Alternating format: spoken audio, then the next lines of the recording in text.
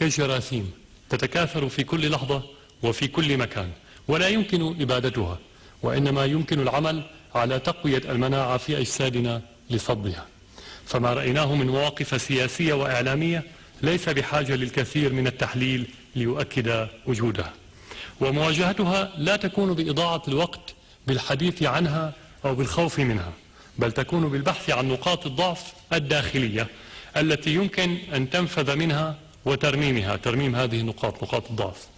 وعندها لا يكون من الأهمية بمكان الحديث عن مخطط رسم في الخارج ونفذ لاحقا في الداخل، أم أن ظهور الخلل هو الذي شجع الآخرين على محاولات التدخل، لأن الحل هو في معالجة مشاكلنا بأيدينا وتلافي التراكمات التي تضعف مناعتنا الوطنية. الجراثيم تتواجد في كل مكان، تتواجد على جلد، تتواجد داخل الأحشاء، ولم يفكر العلماء عبر تاريخ التطور العلمي بأن يقوموا بإبادة الجراثيم، وإنما فكروا دائما كيف نقوي مناعة. أسد علي وفي الحروب نعامة، صدقوا ولكن أخطأوه زمانا. أيقال هذا لابن يوسف للذي حفظ العراق وشكل القرآن؟ ماذا يقال إذن لقاتل شعبه إجرامه غدر وفيه خيانة؟ وإذا أغار عدو شعبه مرة متبجحا يعلو سلام سمانا، فحقوقنا في الرد نحفظها كمن بحروفه متلعثما حيرانا. يا ابنة صهيون التي أحمي لها ظهرا مطيعا أمرها والهانا،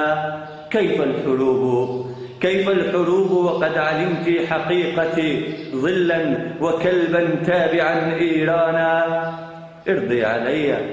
ارضي علي أريك كيف أقطع شعبي لأجلك صاغرا قطعانا. وإذا طلبنا حقنا حرية طاشت سهامه حاقدا جزعانا، بخطابه متوعدا أنتم جراثيم وسوف أبيدكم شبانا، شيبا وأطفالا نساء جاهدا أسقيكم حقدي أذى وهوانا.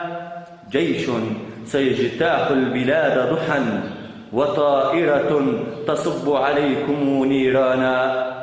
وكلاب بعثي صوتها ونباحها متدافع ويبرر الطغيان.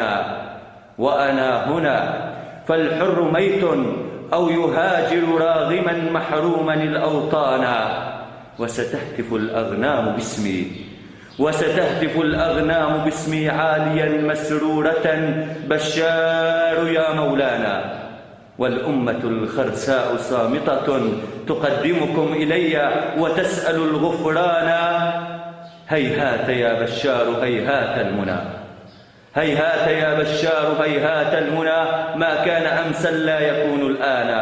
أحسبت تاريخ البلاد كما تريد وحق من سواك يا نثرانا. فينا صواعق بارق لا نخطئ أهدافنا، لا تلين قنانا. فاذهب ومن والى وأزر سعيك، حرية ولدت بكل دمانا.